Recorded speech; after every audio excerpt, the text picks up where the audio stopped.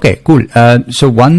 So now I know why do I need the API. I'm thinking about the customer, and then I also know like what are the fluidity or the spectrum of the API. The purpose of the API is clear. Now, what are the mechanisms? So what I've seen is there is like a synchronous API, asynchronous API, but there are like different other types. And how do we decide on that? Yeah. So again, we need to tie it back to the business case, right? So obviously, based on the business case, the data needs to be written for the request either immediately or at a later point of time, right? Yeah. And that's where synchronous and asynchronous API provide a way to make immediate or scheduled requests for resources, data, and services when available, right? So obviously, in case of asynchronous API, the availability of resource or data store may not be immediate. They provide callback to requester when the requested resource is ready, right? Yeah. And these requests are useful in maintaining the functionality in application rather than tying up with application resources waiting for the request. So obviously, you need to think about wait, polling, or callback mechanism in this case, right? Whereas in case of API, which are synchronous, data or service availability is immediate, but at the same time, connectivity and resources with their high and low latency becomes a requirement in this case because of asynchronous API, right? So an API may be asynchronous when data or service availability or connectivity are low or oversaturated with the demand, right? That is how you should identify it first, whether I'm going to do it synchronous way or asynchronous way. And then comes another twist to the game, which is bulk API, right? Where it is again based on REST principles, but it is used to process large amount of data in batches, right? And these are typically when you are going to process large data in batches, it becomes asynchronous in that case, right? And obviously then the composite APIs where you bundle multiple API requests into single API call, right? So that your client does not need to do multiple round trips to the server, but can only make one API call with a series of calls to gain one response, right? So obviously in such cases, we need to consider or give more emphasis on timeouts, right? Because varying timeouts, you have fine-grained APIs which has varying timeouts, and then suddenly you make a composite API which would call these fine-grained APIs, and then you don't adhere to all these timeout guidelines. They won't correctly scale your services, right? So you need to consider these 2 or 3 important factors to arrive at synchronous or asynchronous way of processing for your APIs. Absolutely, yeah. So as you rightly said, so it depends on how your consumers or users are actually using your API. If they want to wait on the response or not, or if they are okay getting a response asynchronously. So just to add more examples, for example, if you're ordering something and you need to kind of do a fraud check on the user, so you need that response now, because if you want to block that order based on the fraud check or something, then you need the fraud check API response as soon as possible. So you need to wait for that before processing the order. So this is for the sync API. And for async, if we have used like a Twilio messaging sending API, so you send an SMS to a SIM card, and then you get like a okay response back, but you don't get like it was delivered or not, and it was sent, it failed or something like that. So what happens is Twilio will store it, it will try to deliver that message to the mobile core, it will ultimately reach the device of the person, and then you will get like an asynchronous response in terms of webhooks that you have configured. So it was sent, it was delivered, it was failed, it was read by the user. So you don't need to know that it was delivered as soon as possible, because you just want to send those messages. Let's say you are running a campaign or something, you want to send like bulk SMS. So these are the like 2 examples for sync and async. So wherever workflows are involved, right, the way you mentioned, right, you are doing certain transactions across disparate systems and then combining the results. Obviously, in case of Twilio, it would go to provisioning system, it would go to IDN where they would check the networks and then deliver packets across the networks. Where workflows are involved, you would go with async way of API processing. Right? Makes sense. Because you don't want to really your systems are not capable to process those workflow immediately, do the state transition, and obviously then you cannot provide the responses immediately back. Makes sense. And also another example for bulk API that is coming to my mind is, so when you do like let's say you have a log parsing tool and you just want to search on, let's say, last month's data. So, there's a lot of data. You don't need response as soon as possible because it's not possible basically. So you just send like a API, you say, okay, give me all the logs where I have errors and where the error message is something like this between this time range. So this can be huge because it can be parsing like 6 months of data. So what it does is it will just accept your response and then send you like a asynchronous report or reporting style API that, oh, your report is ready. Now you can download it from here. So now you can go back there and you can download the report. So this is like a different use case where you are processing like huge amounts of data and it can take like hours. It's not even a few seconds. Right. So that is another example. More predominant one is usually you would see we talk about digital, right? And then one of the important factor is obviously we keep on doing application modernization where we phase out existing set of application or move to SaaS products, right? Instead, so that our maintenance headache goes away and then these all things are maintained via this SaaS product. So you have some legacy data with you, right? And then you need to migrate it to the new product set or whatever the modernized application is, right? And that's where bulk comes into play because majority of these products will provide you bulk APIs so that you migrate your legacy data, be it your customer data, your user profile data, or even transaction data into the upstream systems, which are the new ones. Yeah, makes sense. And then the other one that you mentioned was the Composite API. We will be talking about it later more in detail. But to give an example of Composite API, where should I use like a Composite API? Is there an example in real world? So obviously there are many, right? For example, let's say you are a telephone company, right? And you are onboarding an organization.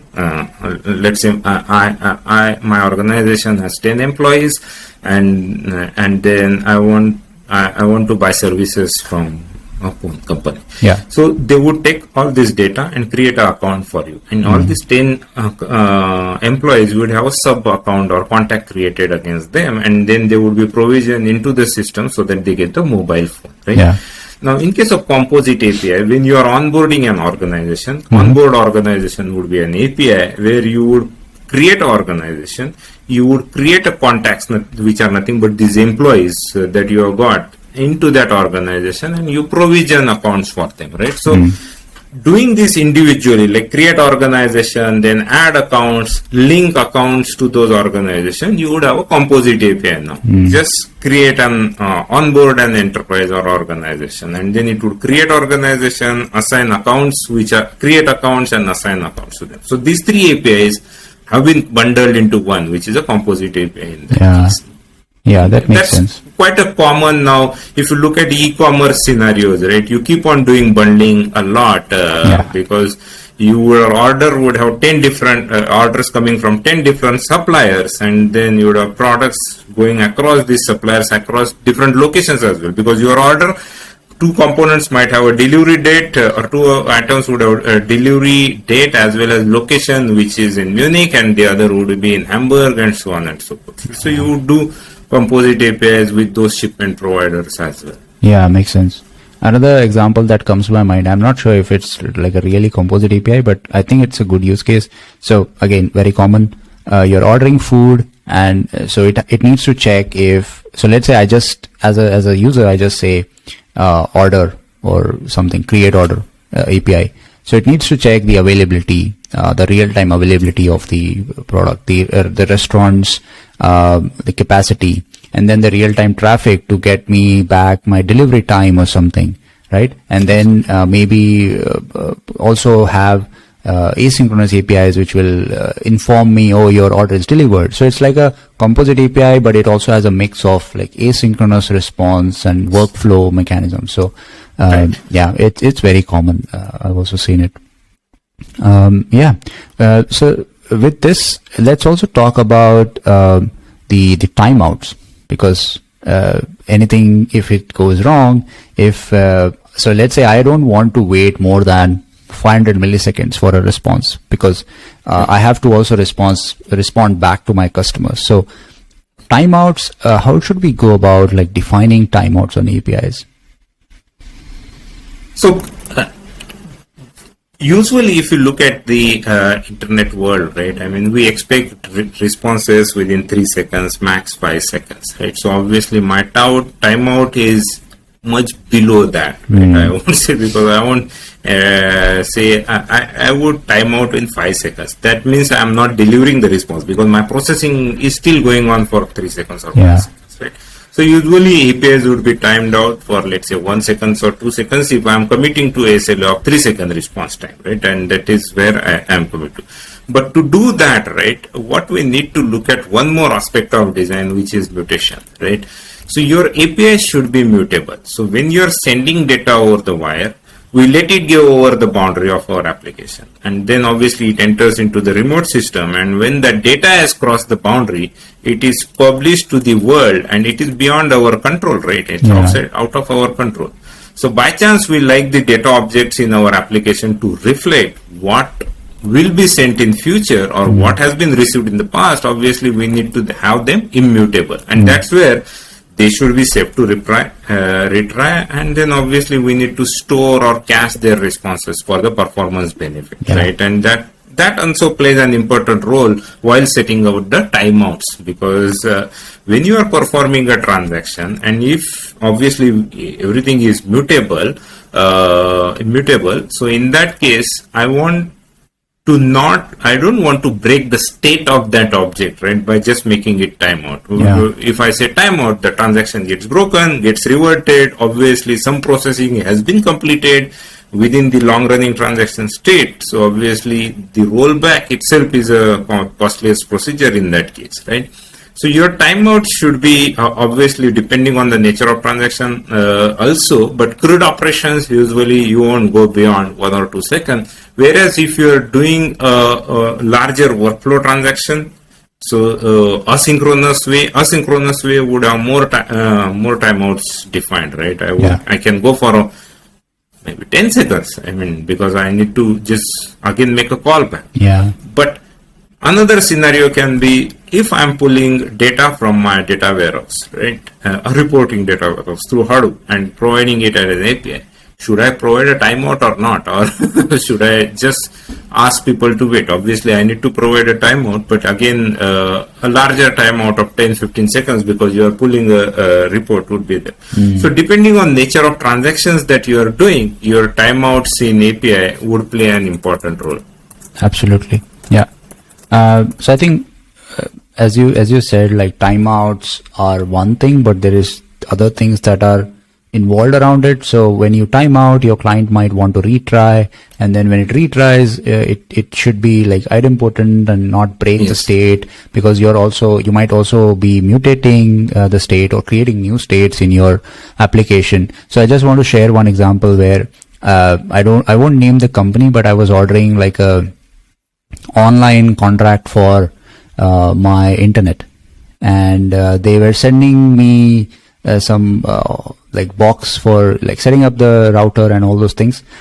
So I pressed the button like create order, and it timed out. Like it said nothing, no emails I have received and no success message. So it's just stuck there, and probably it created an order on the background.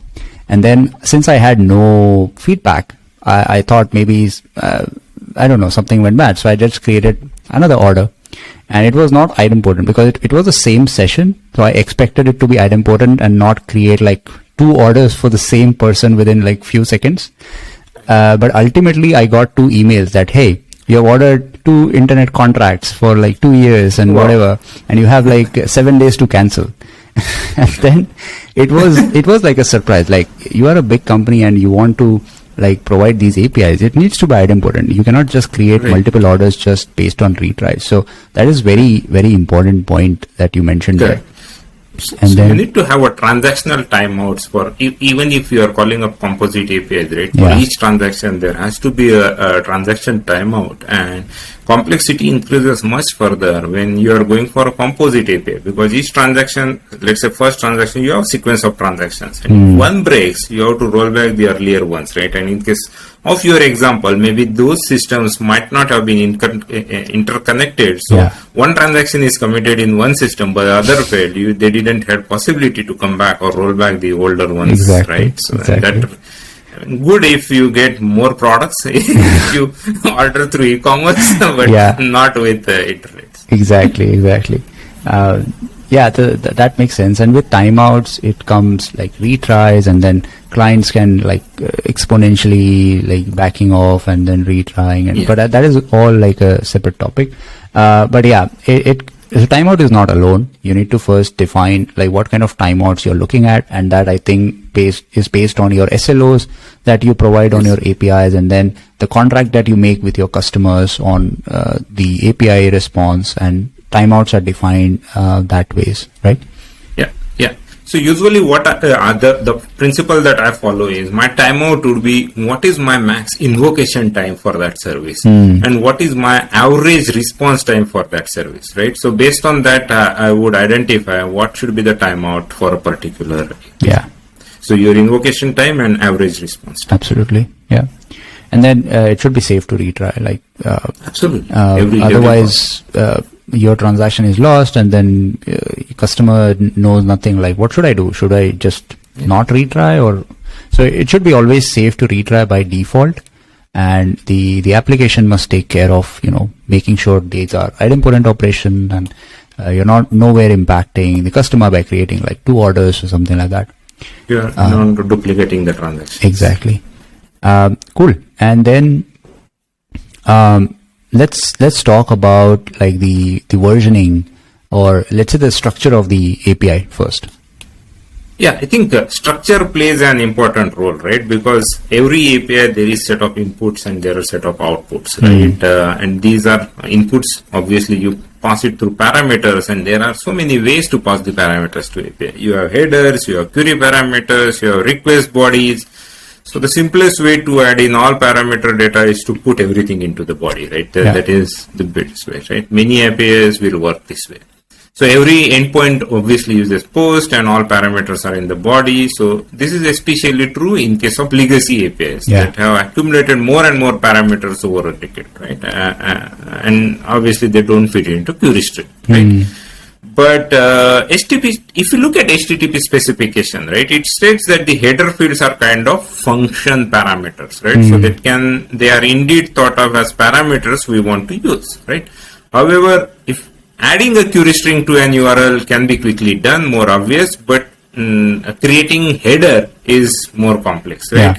So one should focus on keeping the structure finite, homogeneous and predictable, so that it is easier for developers to code and use. And then obviously best way is to look at only headers and body than passing more of a query string parameters, right? Because if your input changes or even output changes, you end up you have very finite limitation of 256 characters when you go for a query string, right? And that is one important thing in terms of structure, input and output, right? And obviously naming is another thing, right? Your focus should be on business entities that API exposes. For example, we have been talking about e-commerce, right? The primary entities might be customers and orders, right? So obviously creating an order can be achieved by sending an HTTP post request that contains order information. And then there would be an HTTP response where the order was placed successfully or not. So what are the possible resources? So you can have /order, which is abc.com/order as a good way. But if you are saying abc.com/create order, that's not a good way and it should be avoided, right? So avoid creating APIs that simply mirror out the internal structure of the database, right? The way you have organized your entities, you can't be creating APIs that simply mirror that internal structure. So model the entities and operation that an application can perform on these entities, and then internal implementation should not get exposed, right? So your URIs should not look more complex in terms of collections or atoms, right? It should be a more simpler way in terms of structures, right? Absolutely. These are the two important things. We look at structures. Yeah, makes sense. So basically, like you said, naming is very important, and naming is also hard to get it right, as in everything else in software engineering. And then, so structure, like I think the main point was like keeping it consistent, so it's easy for the clients to use it and also to evolve your API. So when we talk about, and I think you also mentioned like how you need to abstract the internal details from the API, so not exposing the database structure, for example, on an API. So that is a bad idea to do that, because your database structure changes, your API structure might also need to change, and with API structures, it impacts a lot of customers. So that is not the way you want. So it again comes to the abstraction part, which is like very critical in terms of API. So when we talk about evolving APIs, right, it is usually said that, always make those compatible changes, that once you change something on your API, it does not break the existing contract with the customer, right? But there are some ways or some time we need to make some backward incompatible changes, and there is no way out. What do we do? Yeah, so obviously in that case versioning comes into place, right? So API only needs to be up version then when breaking changes are done, and that's what you have been mentioning, right? So breaking changes can be change in format of response data, or change in request or response type, or maybe removing any part of the API as well, right? And there are ways to do that. One is obviously URI versioning. So using URI versioning, it's a straightforward approach, right? Where we don't it does violate the principle that URI should refer to unique resources, but you are also guaranteed to break a client integration when the version is updated, right? Absolutely. For example, api.example.com/v1, whereas API v1.example.com, right? Yeah. Which one you would go? Obviously /v1 would be a better practice, right? Then there are other ways like versioning using custom request header or accept header, right? That's another followed way, where a custom header like accept version allows you to preserve your URI between the versions effectively, and duplicate content negotiation behavior is implemented in an existing accept header, right? So you say in your headers you part accept version v1, accept version v2, and so on and so forth, right? So either do you URI versioning or you do versioning using accept headers, right? These are the two strategies. But with accept header, what happens is unless and until you look at headers, you don't know what is the version that I'm going to consume, right? And many times through the when you are acting as an integrator, you are notified that okay, now until V1 we were using simple authentication mechanism. Now with V2 we are using OAuth authentication mechanism, and then you are doomed. How do I identify whether I am using V1 or V2? So that way the URI versioning based approach becomes simpler, easier for developers to understand when you are delivering your APIs as an integrator. APIs. Makes sense. So so basically. Until the headers are actually passed and seen, the URI version, the header-based versioning won't work, because, like as you said, authentication that needs to happen even before that, right? And so in that case, URI version. So I have also seen many companies using URI versioning, and they start with, let's say, api.example.com/v1, and then they go to v2. So I think the general recommendation is to not add these breaking changes, so you don't have to upgrade your API in terms of versioning. But even if you had to do, there are these two ways, and like API versioning or URI based versioning is the best possible approach at this point. With this, I think it also becomes tricky that as a service owner, you need to now maintain two versions, because so let's say you have 100 customers, not all of them will migrate right away to the new version. So to make or to deprecate the V1 of the API, it might take like months and years, I think. So you need to maintain those two components or two versions of API, and then they might evolve separately, and then they might be sharing some code bases. So it all gets complicated. So I think it's best to keep your like the structure of the API and the request and response such that it does not break the contract, like the existing contract, and you could easily extend the contract and instead of modifying the contract. And one more aspect when you are doing that, right, is about caching, right? So HTTP caching is also a major concern when it comes to version. So, for example, from the perspective of proxy caches in the middle, right, each approach will have advantage, disadvantage based on header based or URI based. Yeah. Now, if the URI is version, then the cache will need to keep multiple copies of each resource, right? One for every version of the API. Yeah. This puts a load on the cache and decreases the cache hit ratio, right? Obviously, since different clients will use different versions, right? Also, some cache invalidation mechanism will no longer work, because if the media type is one that is version, then both the client and service needs to support the very HTTP header, right? That to indicate that there are multiple versions being cached, right? So from the perspective of client caching, however, the solution that versions the types involves slightly more work than where URI based version identifier is there, right? So when you are developing these APIs, and if you are using this caching, and especially when you are using CDN, right, content delivery network, which cache your calls, it becomes more complex in terms of versioning strategies.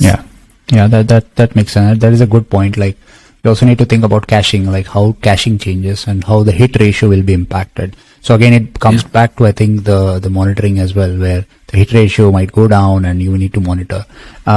So let's move on to a bit more, the technology aspect of designing APIs. So we talked about like all the aspects, like characteristic of a good API. We talked about immutability. We talked about the consistency, the abstraction layer that it should provide. We also talked about pagination and how like different types of mechanisms of response, like synchronous, asynchronous, webhook style and reporting style and bulk API. But let's dive into the technical aspects. So what are the technology choices that I have? So there are several API styles, I would say, right? So for example, the REST style, right? Representational state transfer. Then REST-like style also, right? And then you have GraphQL or Falcor or RPC style, and obviously the SOAP and gRPC is obviously they're part of it. So in my opinion, there are three significant and distinct approaches that we would think in terms of building the API. Obviously the REST, the gRPCs, and obviously I'm considering Apache Thrift and others into that area, and obviously the open APIs and their competitors as well. So I'm for the sake of clarity of this discussion, I'm keeping it out. Just the reason being more of a REST-based approaches are being, or gRPC-based approaches are being followed, right? So it's common in today's development, right? What we are seeing is for one company to publish a public REST API and then it use another third-party application. For example, if you look at any news sites, right? News APIs, New York Times, right?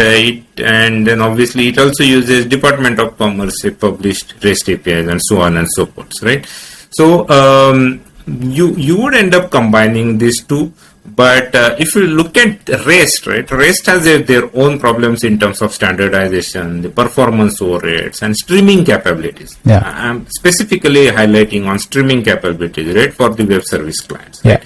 So if you need the streaming capabilities and less of performance overrates, that's where your gRPC would come into play, right? Obviously, REST is more followed, but gRPC as an API protocol is intended for the application that needs to consume data quickly, continuously. So while it is not simple to use as REST, the potential benefits justify the learning curve or implementation curve that you would have, right? Obviously, because it allows you for fast, efficient communication between source and target, right? Based on RPC architecture.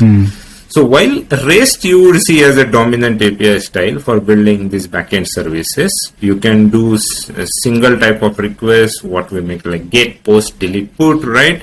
REST has their own downsides, and that also you need to think about when you're making a technology decision, right? am I doing overfetching? Because REST will always involve in overfetching, right? Some or the other way you would end up overfetching.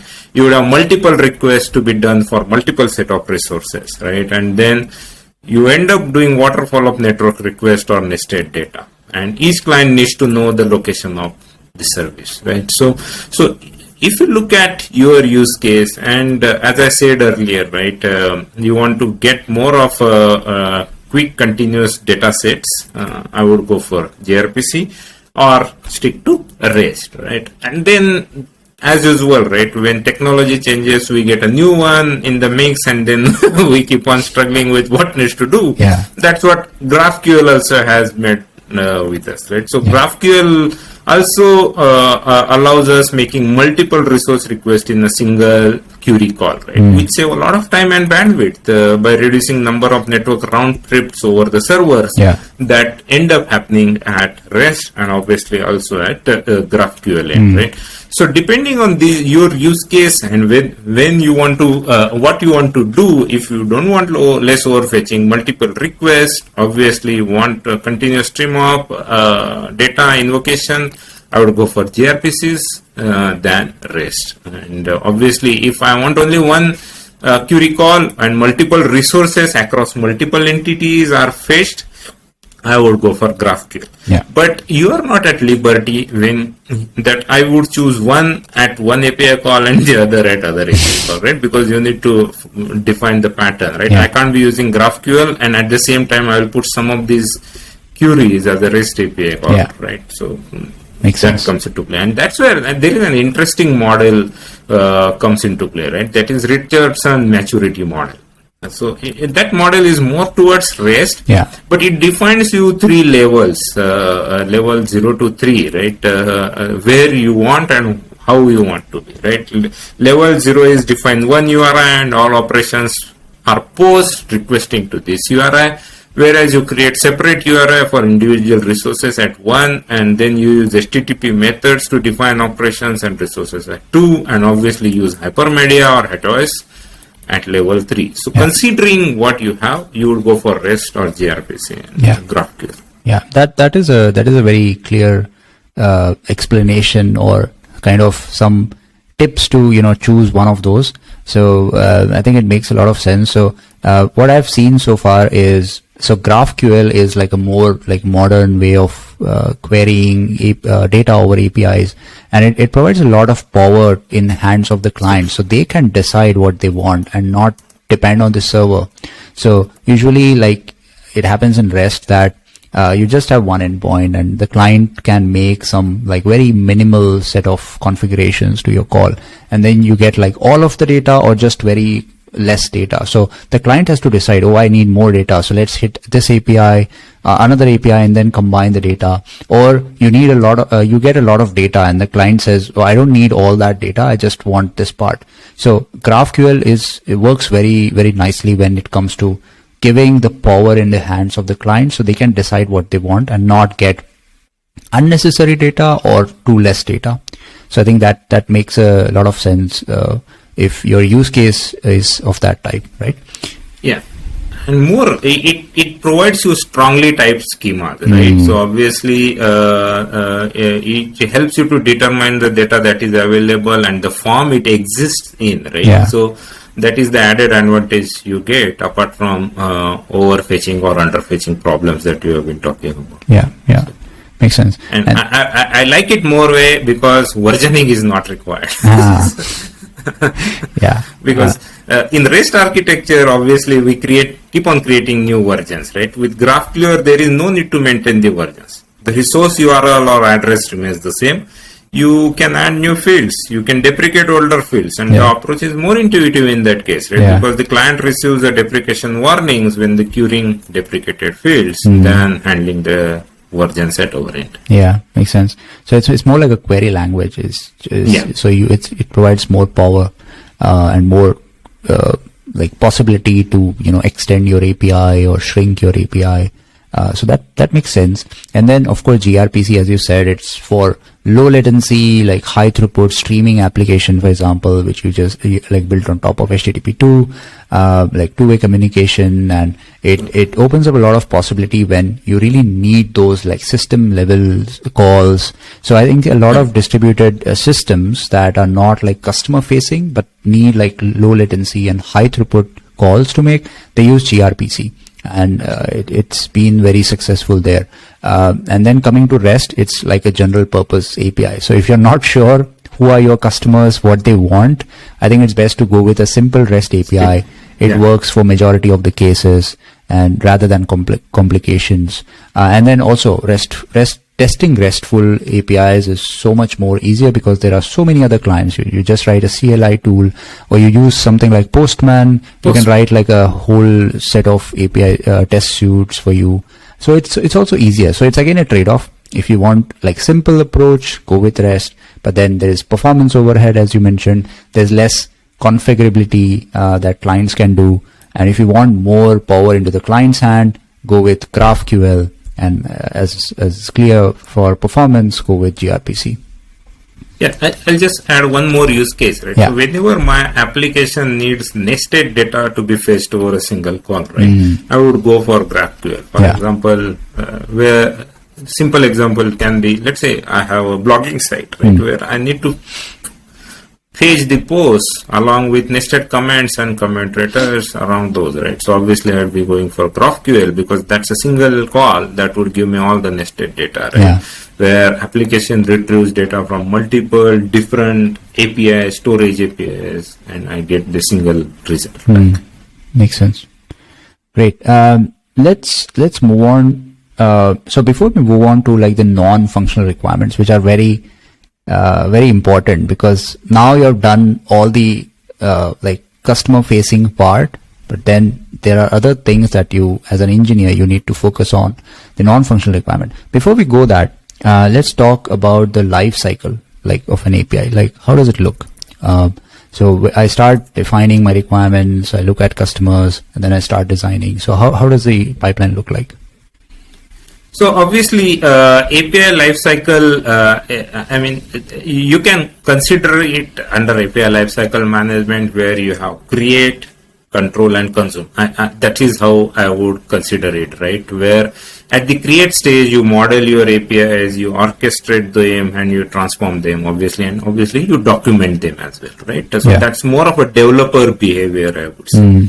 At the control stage, it is more of a Cloud Ops, DevOps behavior, right? Or DevSecOps behavior, where you deploy, right? And then you manage the access to the APIs or protect the quality of service via rate limiting or SLAs. And at the same time, you secure those APIs via enforcing all the security policies and firewalling all those APIs, right? And then third comes is the consumption stage, where when you are publishing, you market it to internal groups, partners, and then you can mark them as private APIs, partner APIs, public APIs, so that they can be discovered, invoked, and monetized, right? And all this requires again analytics on top of it, right? So API lifecycle management, right?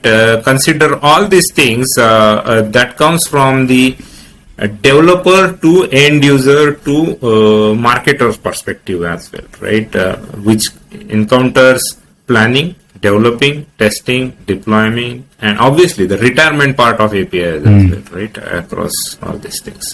That is a so if I had to define it, I wouldn't consider a retirement of an API, but it makes a lot of sense after you said that. So it's a really good point. Thanks for sharing that.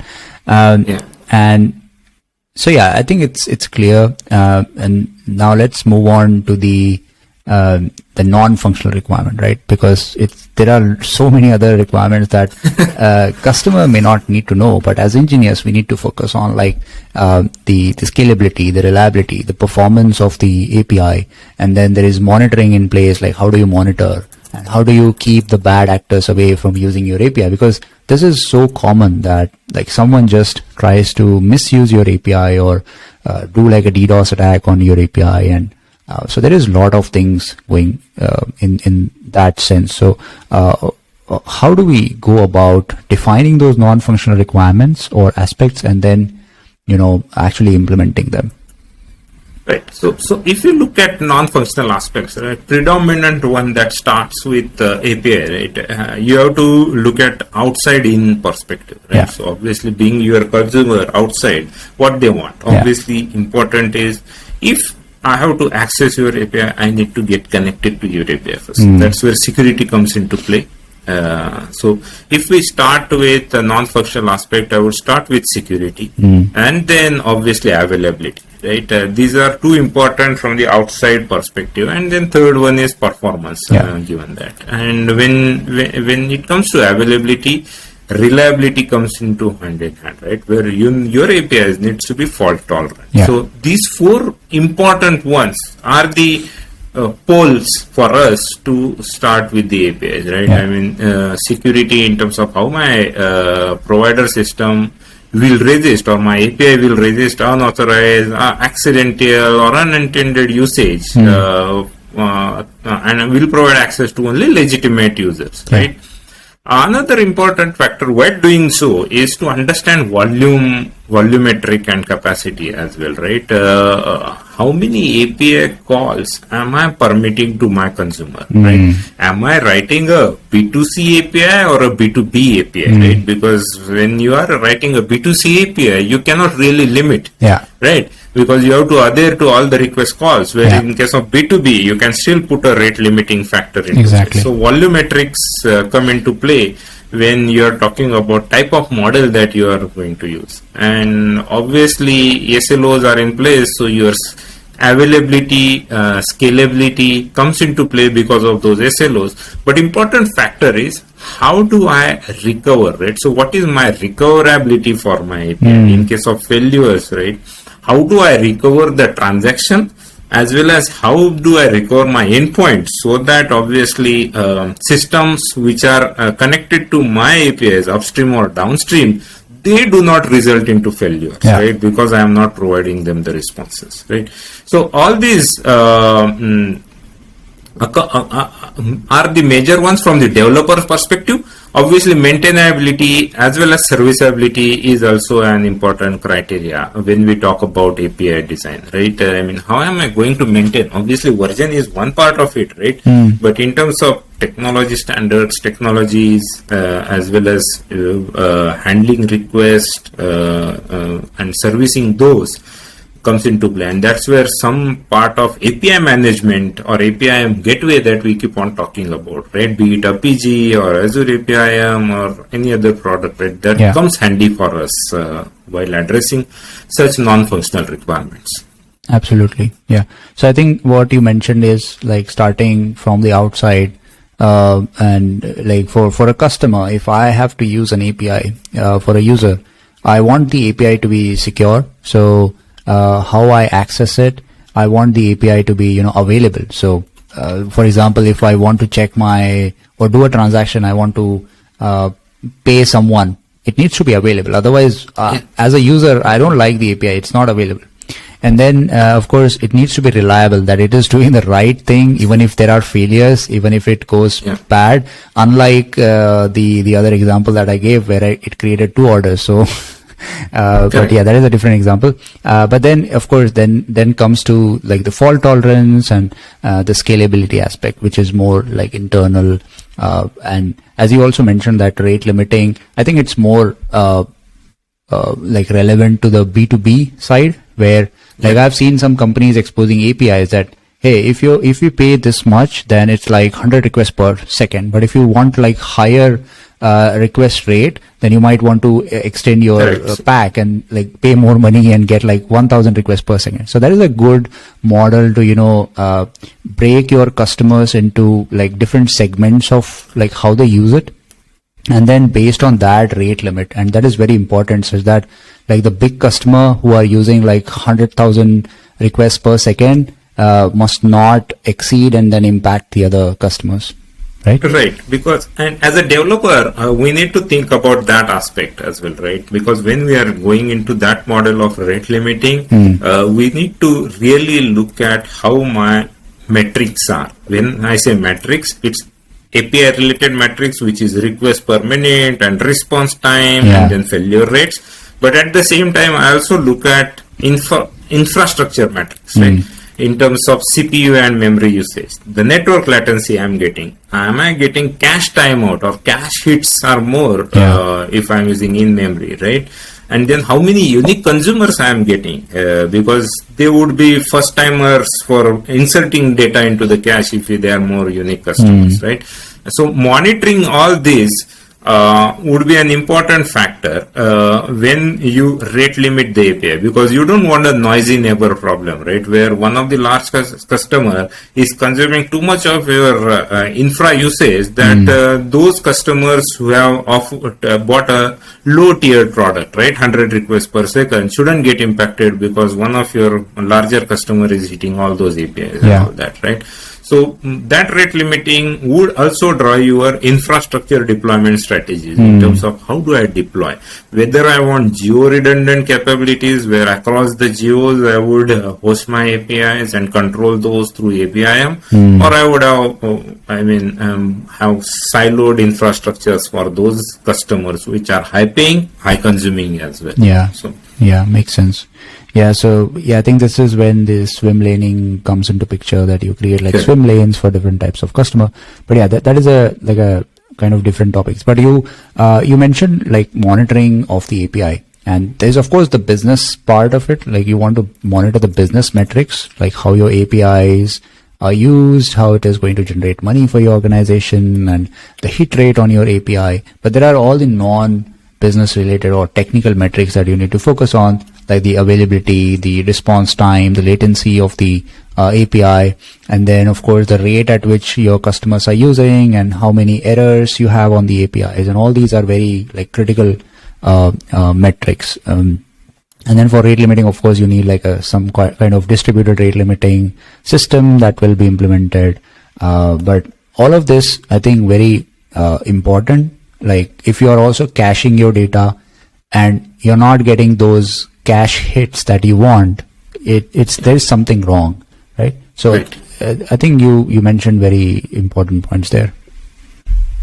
And you need alerting capabilities as well, not only monitoring, but you need to get alerts, timely alerts, right? So that although we talk about auto scaling and everything, but there are faults are going to happen. So how do you get alerts, proactive alerts, and then you address those? I mean, your cloud ops organization addresses those alerts. Absolutely.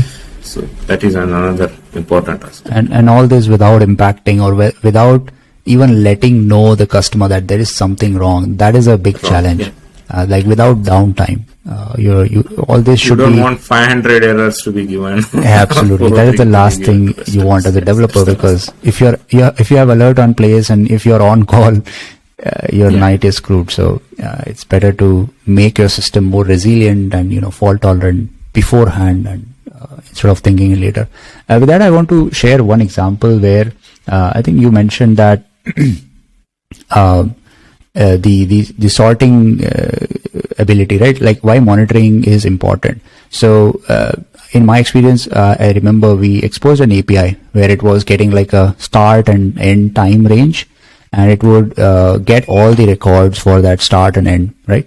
And we did not really put any validation in place where it will be a limit on start and end. So customers can like give any start and end like for entire lifetime, like 50 years.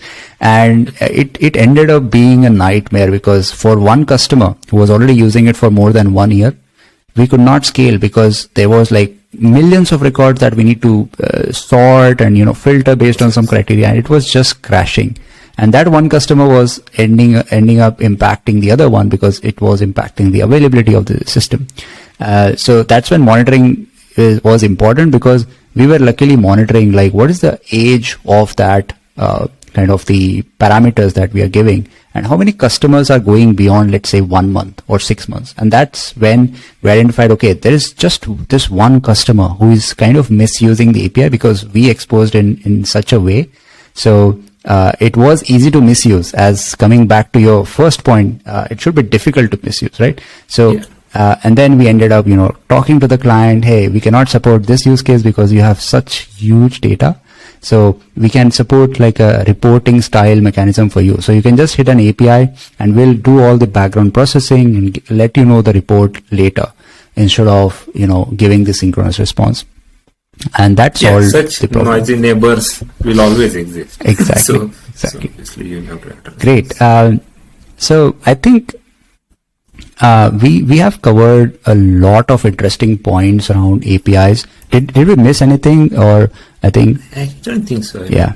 Great. So it has been like a master class of API design, because we started off from the motivation, like defining why and what and how, and then we covered like the entire life cycle, which is really important, and it was really valuable to get all that of your years of experience into like a small consumable kind of session. So I really appreciate that you shared all that valuable insights, and I really hope our audience gets a lot of value from this session.